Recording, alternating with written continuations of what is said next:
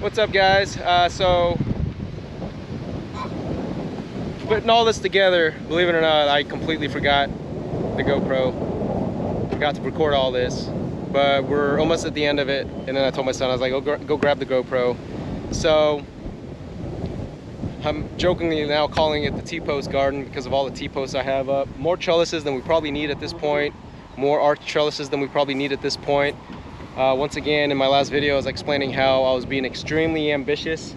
Not kidding about that, because we are by far not any sort of master gardeners, but like everything, I think you eventually grow into the space that you have. So the plan is just to have this, whether or not we fill it all or not this year. Doesn't matter to me, because I think hopefully next year and the years ahead, hopefully we can continue to use this garden. But anyways, I'm just finishing the last of the planter boxes. The plan here is to get 4 planter boxes total. We've got that fabric in, and believe it or not, it has stayed pinned to the ground.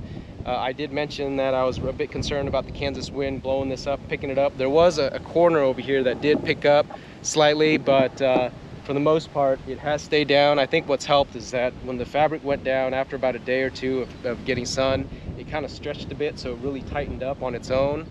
The big downside, though, I will say, is unfortunately the ground, I did not get the ground as level as it probably needs to be. And so as a result, when we got all this heavy rain, now there's areas that are quite wet and mushy. The downside to it not being completely level is there are certain areas where it's low spots, and as you step on it, you can definitely feel that puddle that's underneath it. So I don't know what that's going to do to the garden, but that's the biggest downside. At this point, it's too late, no turning back. There's no way I'm pulling off all this fabric.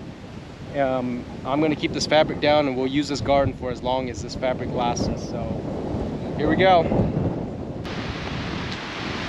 By the way, speaking of wind, today is one of those windy days. Very, very windy. Might be hard to tell, but super windy.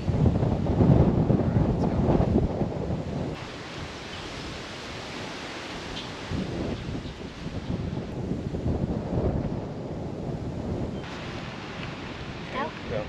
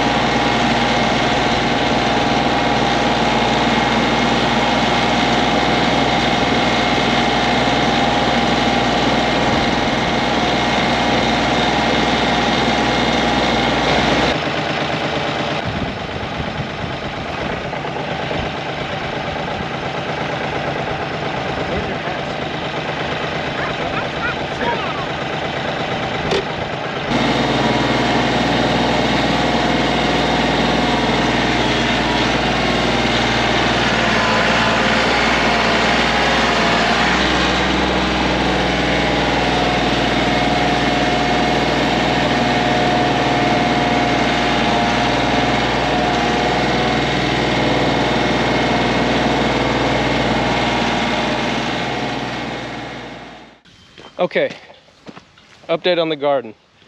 I know video's kind of jumping all around. Ran out of batteries the other day. And then, here in Kansas City, we got a ton of rain. So, the garden setup is pretty much all complete, or the build out of it, but I still have yet to get everything planted. And now with all the rain we've received, I don't know when I'll be able to work it again. It kind of seems like here we're just getting a later spring, all this weather, thunderstorm warnings, watches, tornado warnings, watches. But anyways, here a quick tour of what I have planned. So it probably looks fancier than it's going to turn out, because once again, we are by far not master gardeners, master homesteaders, or whatever you want to call us, but we're trying. I got a little carried away, like I said in my last post. I'm jokingly calling it the T-post garden just because of all the T-posts that we put up here.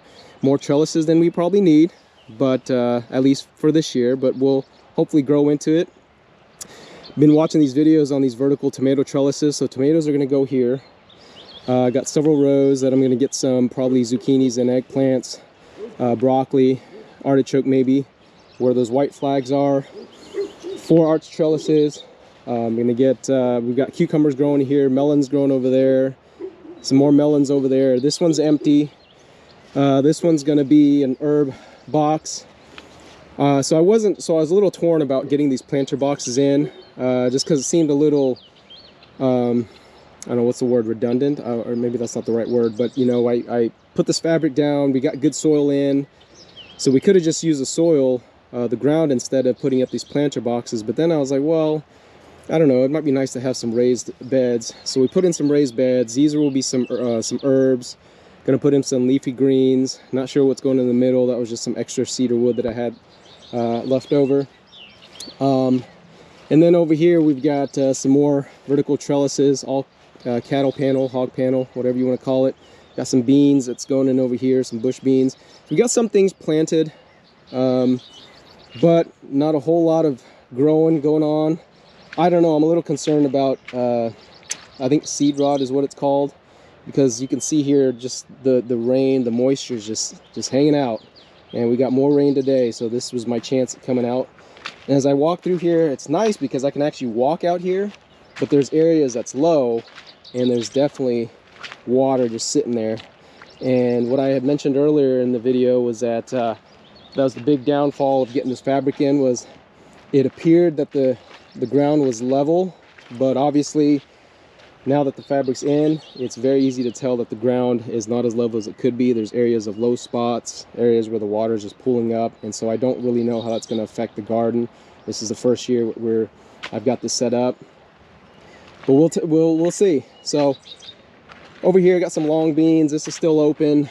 Over here we are attempting to grow some bitter melon, although nothing has sprouted yet. There's one over there. We started some seeds inside, but didn't have any success. Also put in some Malabar spinach seeds, no success there. These plants are looking a little sad. These are some snap peas, looking a little sad because I transplanted them and didn't get a whole lot of hardening time on them. And then we got a lot of heat. We got like 90+ degree weather and then a bunch of rain. And so that pretty much wiped those guys out. Over there, I've got some zucchini squash growing.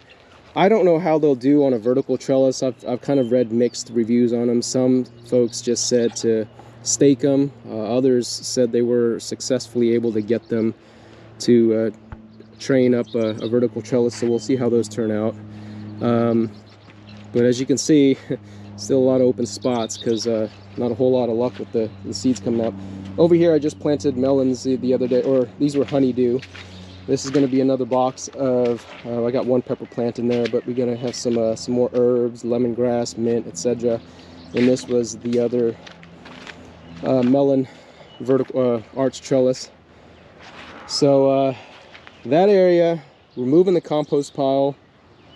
Wanted to put some corn out there,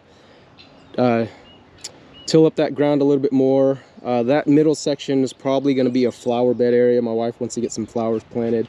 And then just over that middle section there, hopefully we'll get some watermelons and eventually pumpkins. Very ambitious. I don't know how this is all going to turn out. Like I said, had a lot of ideas. Like everything I do, I've got a lot of ideas, and you know, not an expert at any one thing, but I'm willing to try my hand at everything. A couple years ago, we had a very successful garden, and that was pretty much just us not really doing anything fancy. Now we're trying to step up our game. I shouldn't say we, I should say me. My wife really didn't have a whole lot of input other than just wanting to grow something simple, or keep it simple. I, of course, like to overcomplicate things, and so that's why the garden is set up that way. But we'll see how it turns out. I just wanted to show you guys the layout. And now you can follow and see if anything grows or if it's still going to look like that at the end of summer. So time will tell. I don't know what the way weather's going. we might get wiped out here. And if things do grow, it'll be a pretty late season. But like the saying goes, better late than never. Okay, that's it for now. Thanks, guys.